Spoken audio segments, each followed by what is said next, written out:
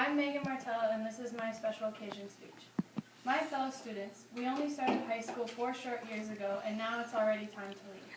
How did it all go so fast?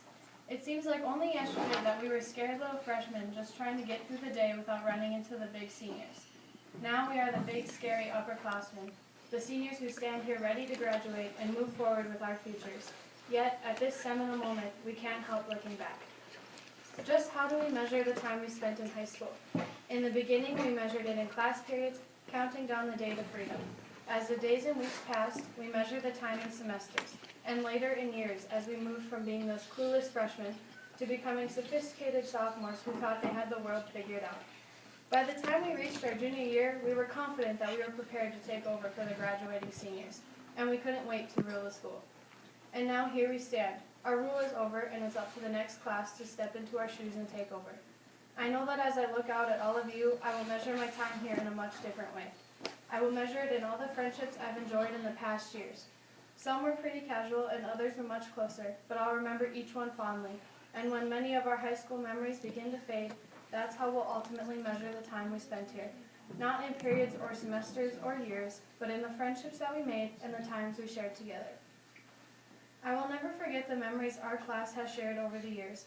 Like the first day I moved to Linton in 3rd grade, I was greeted with warm smiles and a handmade card from each student. I will also remember the time I got sick at our 3rd grade concert and had to run off the stage and into the locker room. Our class has gone through all the good times, the bad times, and especially the embarrassing times.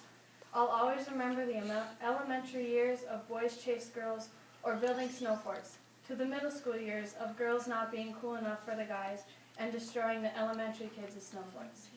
I'll also remember the time Kyle was running on the track and he ran straight into a hurdle. Or the time in middle school when our gym teacher thought it was okay to make us run track and field events on the last day of school.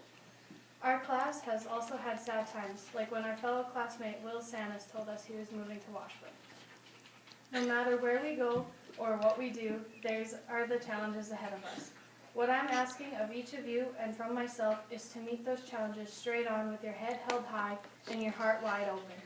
It's not enough to simply try to get by in life. That doesn't move you forward. You must try to excel in everything you do. Strive for excellence in every task, large or small. Imagine if every individual lived up to his or her own potential. Think about how amazing that would be, and how much better off the world would be. Now imagine if just half of those individuals lived up to their potential.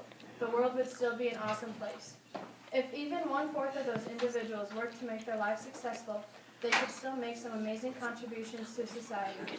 Well, we may not have the power to inspire the entire world to strive for success, but we do have the power to try to achieve it for ourselves. My challenge to each of you and to myself is to do all that you can to reach your full potential.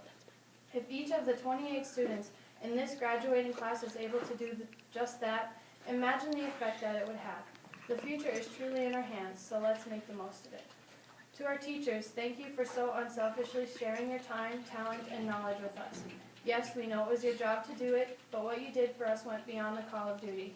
You took the time to explain assignments, sometimes repeatedly because we weren't paying attention. You allowed us to come to your classroom after school for extra help when you could have gone home to spend time with your family.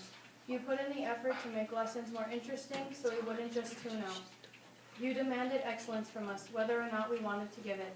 You set the bar high and challenged us to live up to it. To our parents, thank you for supporting us in more ways than is possible to count. You dragged us out of bed each morning, made sure we were fed and clothed for school.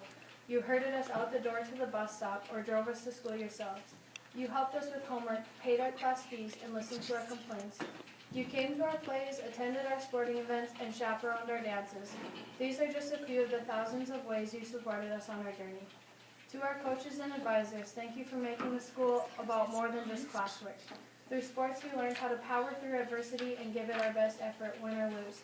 Through other activities, we learned how to work closely with others to achieve a common goal, and we had a lot of fun doing it. To our custodial staff and lunchroom attendants, thank you for keeping our school clean and safe. You know better than anyone else what slobs we've been. You actually deserve some kind of medal. To our principal, vice principal, and office staff, thank you for keeping things running smoothly so our teachers could concentrate on us. We're better off for it. As you can see, behind every graduate there must have been at least a dozen people providing support in at least a dozen ways. The best way we graduates can show our gratitude is to make the most of the opportunity we've been given and go forward into the world with the intention of making it a better place for the generations that follow us. We'll pay that debt of gratitude forward. We stand here today on the beginning of our futures. It's not a distant reality anymore. It begins here. It begins today.